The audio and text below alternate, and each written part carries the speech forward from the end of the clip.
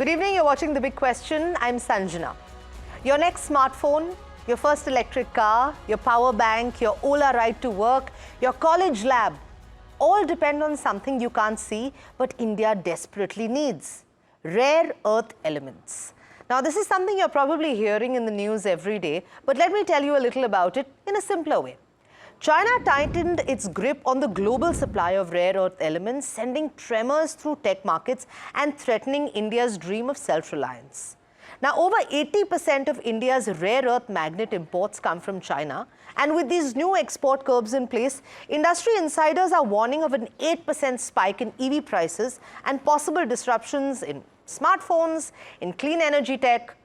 But the question that we're asking is today is India has the reserves, okay? 6.9 million tons according to the Ministry of Mines, but we're seeing red tape, environmental hurdles and processing gaps that probably mean we're still dependent on others.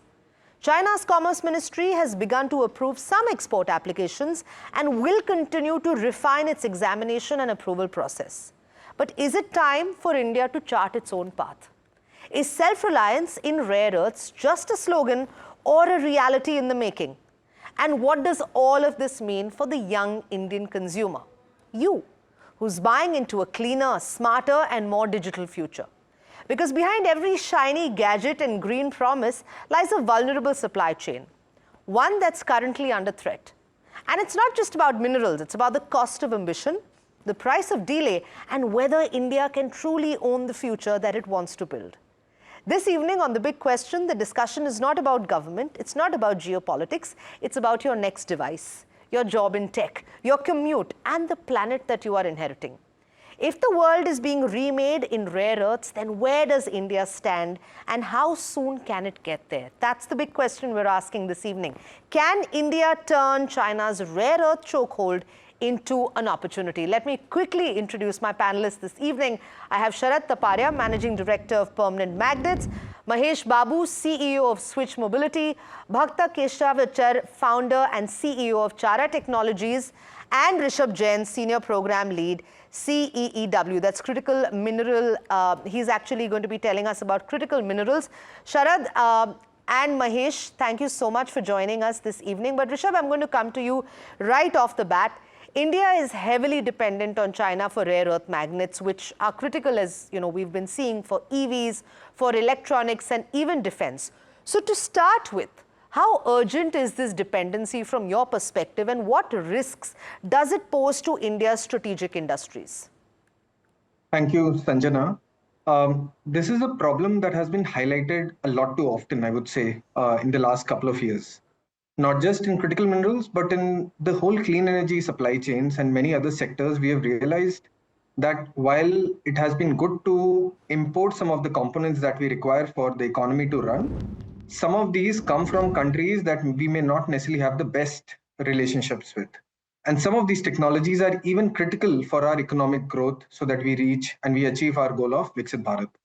One of these, of course, the minerals that we're talking about are rare earths, right? And these are the minerals that are used in diverse applications, as you have already mentioned.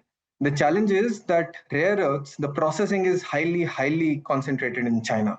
Now, some of these technologies, because of its concentration, have developed so much in the last couple of years that many other countries, which may have had in the past focused on developing, are many years behind.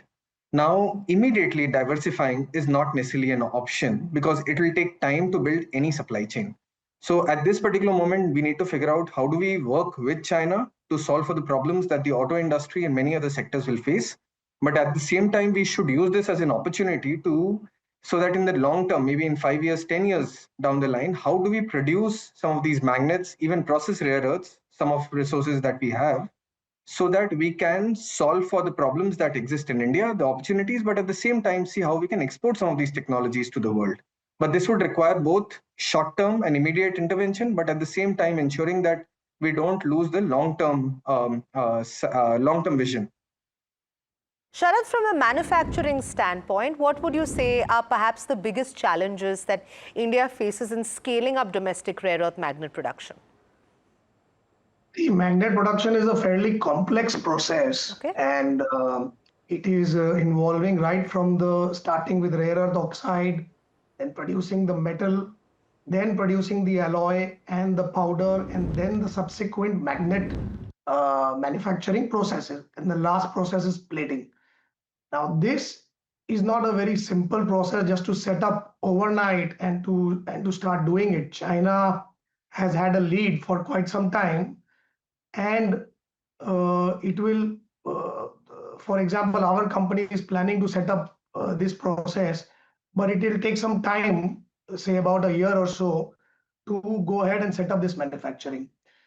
Unfortunately, the technology also majority is being exported out of China, for which there is a ban imposed by China for the export of technology also. Therefore, alternative paths have to be found out to import this technology and set it up here in India. So then, Mahesh, if I were to ask you, how does then this supply chain vulnerability impact your EV business, whether it's in the short or the long term? Thanks, Sinap, for getting me into the show. I think auto industry is full of disruptions in supply chain from COVID to now. Absolutely. We have been struggling and we have been managing and learning a lot during this supply chain disruption. Unfortunately, China in April has come up with a new licensing for importing permanent magnets, which is very key for manufacturing permanent magnet motors, which are needed for electric vehicles. If India's ambition is to get about 30% electric by 2030, then permanent magnet plays a very important role. I think Indian government have been focusing on Atmanirbhar Bharat for many parts. I think one of the key important thing is permanent magnet. So I would say that immediate term, short term, mid term, and long term, we need to look at. Short term, I think it is important that both the governments help the industry to debottleneck the supply chain, restart the supply chain of magnets to our suppliers. Otherwise, we have an issue in continuing production between July and uncertainty in August. So this needs to be first sorted out in short term. In the midterm, as my panelists have said, we'll have to sit down and think what are we going to do. If China has mining about 70% of the rare earths, but remaining 30% is also being processed in China. So where the whole world has lost in processing technology, India has an opportunity to look at how quickly we can do processing of rare earths and get those into our supply chain. The ultimate long term would be to look at how do we avoid rare earths and look at minerals which we can use within the country. Like you said, we have a rare earth available as minerals in the country, but we'll have to mine it, we'll have to process it and make it available to the industry to use it. That's going to be a long term. Even if we start now, it's going to take a pretty long term. So government of India has to, I would suggest, to think about PLIs in such things to get into very specific strategic minerals, to give some production link incentives for getting these minerals out and processing these minerals so that industry can get the supply chain activated in India. So we need to look at short, mid, and long-term actions as industry. Let's actually get in a word from Bhakta, who's already seems to be doing all of these things, and I think is best poised to comment on all of these times, whether it's short, mid, or long term. Bhakta, your company is pioneering non-rare earth technologies for EVs, for two-wheelers, three-wheelers. Could these alternatives realistically reduce India's dependence on rare earth magnets? Yeah, thanks for having me, Sanjana, on the show. So rare earths are a big problem. I think I believe there are three solutions which Mr. Taparia and Babu said. We need to start mining and extraction. We don't have the technology, so that will take a while, as Rishabh also said. Second one is, I think we have to start looking at alternative magnets which don't use rare earths. I think that is about a decade away. There are companies doing that all over the world. The third one is technology solutions. We strongly believe that India as a country now has startups which will develop new technologies, has developed new technologies like Chara. We have built motors and controllers, which we are manufacturing in our own plant in Peenya, in Bangalore, which are as good as the existing PMSM motors, rare earth-based magnet motors. And we are ready to deploy it. So we need support both from the ecosystem, like people like Babu and others, to deploy this technology and become less dependent on China, at least on some of the applications. Rishabh, then from a policy and a resource perspective, how do you think India should balance investing in traditional rare earth processing versus supporting such alternative technologies then? I think both will go hand in hand at the same time. For instance, I would say there are a couple of these policy incentives and policy decisions that the government has taken. For instance, recently the government came up with the National Critical Minerals Mission. This is a 16,000 crore mission to develop the critical mineral value chain from exploration, mining, processing up till recycling.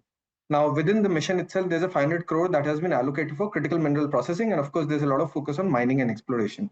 I think what is important is that now that the government has already decided on a particular direction, how does the ecosystem also develop, and the role that the industry, academia, startups, as was mentioned, and even the states play in this particular initiative? Because without everyone coming together, it will be very difficult to solve this problem in the next 5 to 7 years. But at the same time, what the government is also doing is, just by processing itself or maybe mining the rare earth or any other mineral, will not be able to solve the problem. We have to see that how do we make magnets, how do we make motors, how do we make EVs in the country, and similarly for all the clean energy sector. And that is where the government has also parallelly come up with many schemes such as the PLI for solar, for batteries, and many other technologies and sectors. And they require a certain levels of indigenization. On top of this, there are certain tariff and non-tariff barriers that the government has implemented. Now, on the policy side of things, I think we, in the last 5 years, specifically after the COVID disruption, we have done a lot. Now, the bigger challenge is the implementation, so that we see some of these things moving on the ground. Um, one of the bigger roadblocks why some of the companies may be struggling is that whenever a new nascent sector is developed anywhere in the world, and also in India, the cost of the final product is fairly high. And what we have seen in the last couple of years, the cost has bottomed out for many technologies. So this may be solar, wind, batteries, EVs, and very difficult for any new company, any new entrant to compete with the prices that the China is offering. And there are many reasons why the imports are at low price. So we need to ensure that any new startup, even the larger industries, when they have the technology to manufacture, how do we ensure that they also have an offtake? Without any buyer, they will not be able to sustain in the long term and not necessarily achieve economies of scale. So it's the end-to-end intervention that is required. There's a lot that the government has done. And to ensure that this continues going forward, we need to have clear KPIs in place so that 5 years, 7 years down the line, even when maybe some of these export ban from China is lifted, we still ensure that we are trying to indigenize permanent magnet motors.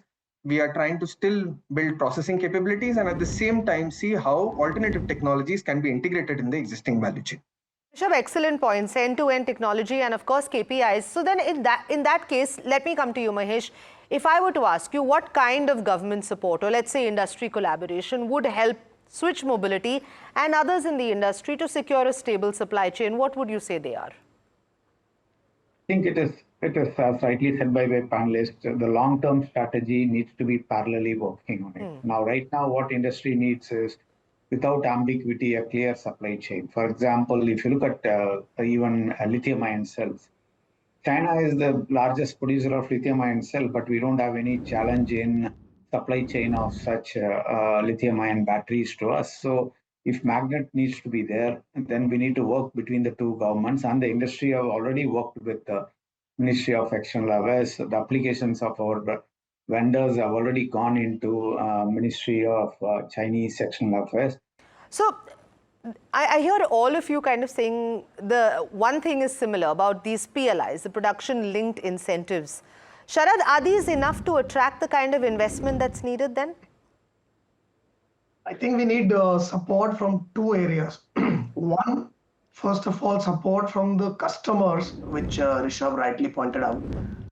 There could be a difference in suppose any company like we are going ahead and we are setting it up, but when you start up, you may not be necessarily at the same pricing as the Chinese companies who are already have a head start. So customers, if they commit a certain percentage of their offtake to the companies who are producing magnets or going to produce magnets in India. That will help a lot. And this can be done by way of agreements or whatever. Second, support is, of course, from the government to help in two ways. One, in support in terms of capex subsidies, and second, protection from dumping from other countries. And this actually, this story has been played out earlier uh, from the year 1985. If you see those that time period from 1985 to around 2000, 2005, we had a similar dumping for ferrite magnets, and a large part of Indian industry was killed because there was a lot of dumping, and the anti-dumping duty that came into effect was much more later after the industry had already been killed. So considering all this, I think these two factors, support from customers and support from the government. So what we are doing is we are asking our customers to give us their forecast for the next 5 years, and accordingly planning uh, our capex and our machinery implementation accordingly. And this is very important, I believe, for this whole process to start.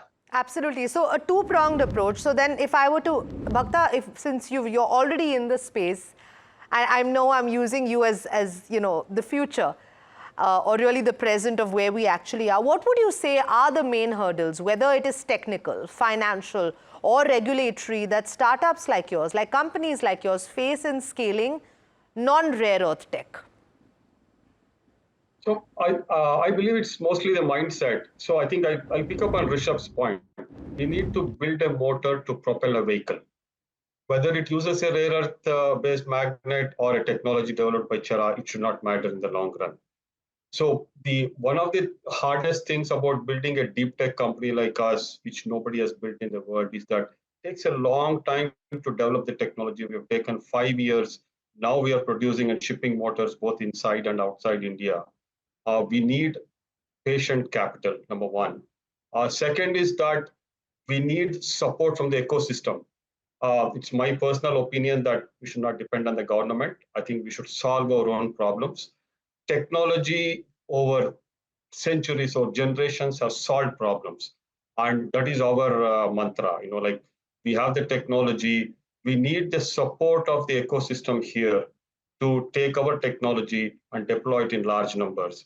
And the last point I want to mention is that the rare earth problem is a worldwide problem. India is suffering more, but the rest of the world is also suffering.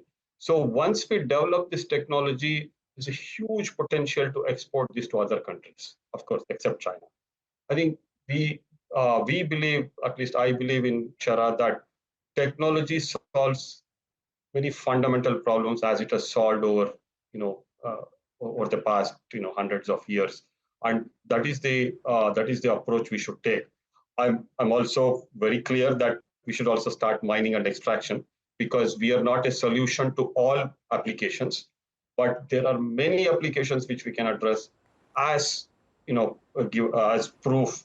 We have many customers who started deploying it in three-wheelers, small four-wheelers, agricultural equipment, industrial equipment, and as I would like proudly mention, two customers in Europe too. So I think that is the approach we have to take, and I completely agree that it has to be a multi-pronged approach. We should do that, and I think we should put more emphasis on this one. And I think the ecosystem, the industries, I'll take Mr. Babu as a figurehead now. I think the people like them should support us in encouraging and deploying this technology in large numbers and make us a sustainable business. Okay, agreed. India has significant rare earth reserves, but limited processing capacity. So then, Rishabh, in that case, what environmental or geopolitical challenges does India then have to navigate to develop a self-reliant rare earth ecosystem? Right. So any processing and any mining will have certain environmental implications. Sure. There is no denial about that. Absolutely. The point is that how do you do it in a more responsible manner? Now, globally, across all countries, there's enough discussion that anything that is bought, and this may be also electricity, like how much emissions is your procurement, is your consumption doing, how much waste is being generated. So there's an active discussion and people are looking for transparent answers, reliable answers. And this is where I think India can take a lead. Like at this moment, India has one of the top 5 reserves and resources of rare earth minerals. Can we, as we also build our capability of processing, we already do that. We have the capability to process these 2 oxides. The Indian Rare Earth Limited already does that. Now the point is that can we develop new processes that requires less toxic minerals, that has less environmental implications compared to the generally conventional process? And can we also do it in a more environmentally sustainable manner, in a way that it is more transparent, so that if any buyer tomorrow wants an information that what was the whole process, what did the supply chain look like, what was the impact on the surrounding, we have these documented, audited evidence to give it to any buyer, so that we can also command premium. Sometimes this information may be difficult to get from many countries, including China, and we have heard different kinds of reports on the impact on the environment, on the people who are working in the supply chain. So I think compliance and transparency, after in addition to the quality, can be a huge plus to India. At the same time, I want to highlight one thing. As we scale up this sector, a sector that is fairly nascent, we also need people. Now, for instance, IREL right now has less than total employees of less than 1,000, whereas China Northern Rare Earth Limited, one of the largest manufacturers, processes there, have 10,000 people. We need to develop that skill, capability, and that is where academic institutions also should come in. Many CSIR institutions can play a very important role, so that tomorrow when we start manufacturing, so that we invest more into R&D, we invest more into manufacturing, and we have the right skills and resources to do it. And finally, I would just say, um, all of this requires economies of scale. All of this, which also means would require a lot of money, upfront capex. Financing institutions, banks, multilateral institutions need to understand the importance of investing in units which will have long gestation periods, including mining, including processing, and sometimes they are vulnerable to price volatility. How do we solve for that? Because otherwise, we may have the best technology, we may have the best people, but who will invest in those technology? And we need to bring in mandates, the role that RBI and other banks can play to develop this ecosystem. So, Rishabh, just as a follow-up and a pretty brief question, because this is something that I'm hearing all of you say in terms of time. So, if we're looking at time for India to be self-reliant, what is the kind of time that we're looking at? If I were to ask you to put a cap on it, what's the time we're looking at? Very difficult to say the reason. I'll tell you the reason. At this moment, it is clear that we need to work with China to solve for the problems. Sure. There is no denial about that. Okay. But there are organizations, there are agencies that have said, as Sharad also mentioned, that maybe in a year, 2 years, 3 years timeline, there are companies which have the technology, and given the support, including financial offtake guarantees, they can scale it up. On Friday, I was at a conference that was organized by Ministry of Mines, and I saw many CSIR labs, including NFTDC, NML, etc., who say that they have the technology. What they currently need support is that who will take these technologies to commercialization. So technologies exist in India in terms of magnets and rare earth processing. How do we scale it up is something that we should discuss, and this can happen maybe in less than 5 years' time. Okay, fingers crossed. Sharad, how do you see India's rare earth and EV sectors evolving in the next 5 to 10 years if all of these challenges are addressed? I think it's a wonderful EV sector is a great opportunity in India. It is going to grow very well, and we have seen in the past year that I feel there is a big explosion of EVs happening. The price levels are coming to a stage where more consumers will shift over from ICE vehicles to EVs. So there's no doubt that this sector will do very, very well. Now, regarding this challenge about the rare earth, I think we already discussed about that, and and once that is solved, I think it's a game changer, and India will be one of the countries which will be a, let's say, China plus one strategy for the world. So all over world over, I think companies will look to India for supplies for rare earth magnets also, and EV vehicles also. Okay. So Mahesh, if I were to ask you, what is the single most critical action India must take immediately to break free from China's chokehold on rare earth magnets and move towards self-reliance in any sector? I know yours is expertise in EV. What would you say it is? And then in today's world, you can't de-link from the global supply chain. Okay? And India alone cannot be expert in magnets, lithium-ion batteries, everything, every technology we can't be. So we'll have to strategically decide where India needs to invest. And I believe it is in this rare earth mining processing as well. But we also have to look at partners. For example, the remaining 30%, something mines are in Myanmar, something is in Australia, something is in other countries. So we need to look at partners who will play a role in this whole supply chain to start with. And India can take some value from it in that whole supply chain. We can be a permanent magnet, what I would say, research and development and manufacturing of it, but somebody can actually mine, process, and give it to us. Or we want to invest in processing, but not mining. So we'll have to have a national policy on what we want to do. If you look at China, China took 10 top critical technologies in 2000 and then said they are going to invest on all this, including EVs and many more. So as a nation, we need to now do that and also play an important role with our partners. Everything cannot be done by us alone. We'll have to look at partners. That's what I would say we need to look at for the next and of course, encourage startups. My colleagues are here. We need to bring up with new technologies to see what is more important for the country, because mobility for 1 billion people and rare earths not available is not going to be a big challenge.